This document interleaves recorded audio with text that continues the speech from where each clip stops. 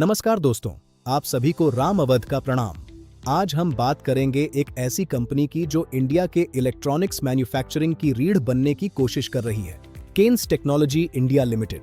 Stock नीचे गिरा है, गवर्नेंस स्कैंडल आया, लेकिन क्या यह खरीदने का मौका है या ट्रैप है? चलिए एक एक चीज समझते हैं, बिल्कुल सरल भाषा में। केन्स टेक्नोलॉजी एक इलेक्ट्रॉनिक्स मैन्युफैक्चरिंग सर्विसेज यानी ईएमएस कंपनी है। मतलब ये खुद कोई ब्रांड नहीं है, बल्कि दूसरी बड़ी कंपनियों के लिए इलेक्ट्रॉनिक्स बनाती है। इनके कस्टमर्स कौन हैं? ऑटोमोटिव, गाड़ियों के parts, aerospace and defence, ISO और डिफेंस पीएसयूज। इनमें शामिल हैं इंडस्ट्रियल हैवी मशीनरी, अत्याधुनिक मेडिकल हॉस्पिटल इक्विपमेंट और डिवाइसेस, भारतीय रेलवेज के इलेक्ट्रॉनिक सिस्टम्स और आईओटी आधारित स्मार्ट डिवाइसेस।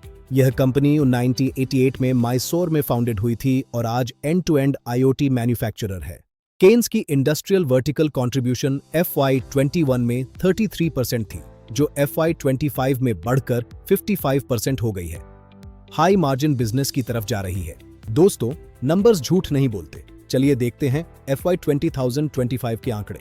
FY2025 में केन्स का टोटल रेवेन्यू था 27,218 मिलियन रुपीस, यानी पिछले साल से 50.82% ज्यादा।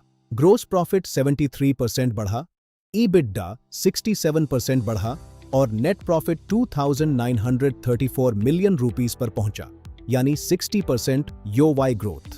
H1 FY26 भी शानदार रहा। रेवेन्यू 47% बढ़ा और EBITDA मार्जिन 16.5% तक पहुंची, 270 पॉइंट्स का सुधार। और ऑर्डर बुक सितंबर 2025 तक यह बढ़कर 8,099 करोड़ रुपीस हो गया, यानी काम की कोई कमी नहीं है।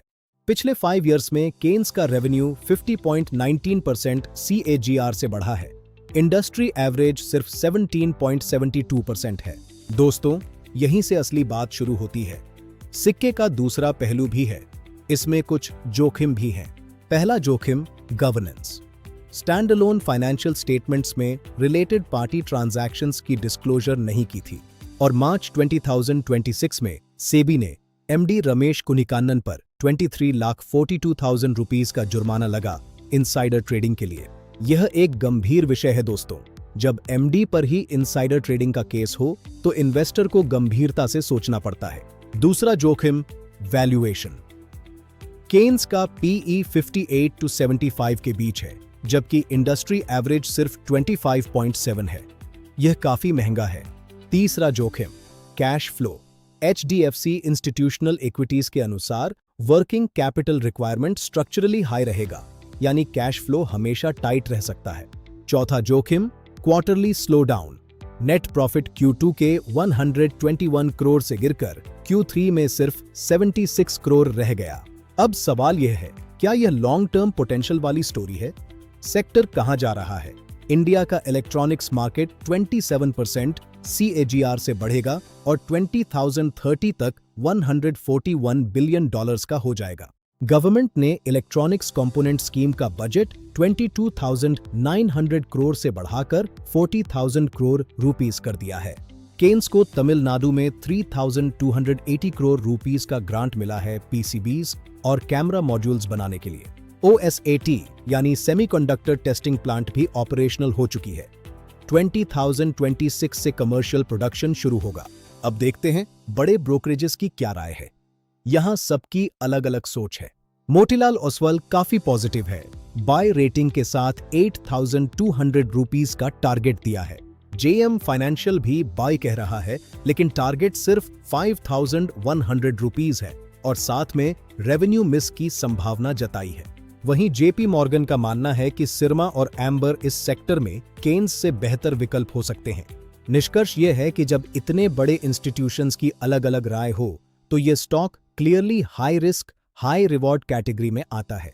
अब बात करते हैं स्ट्रेटेजी की। पहले देखो कि क्या गलत हो सकता है।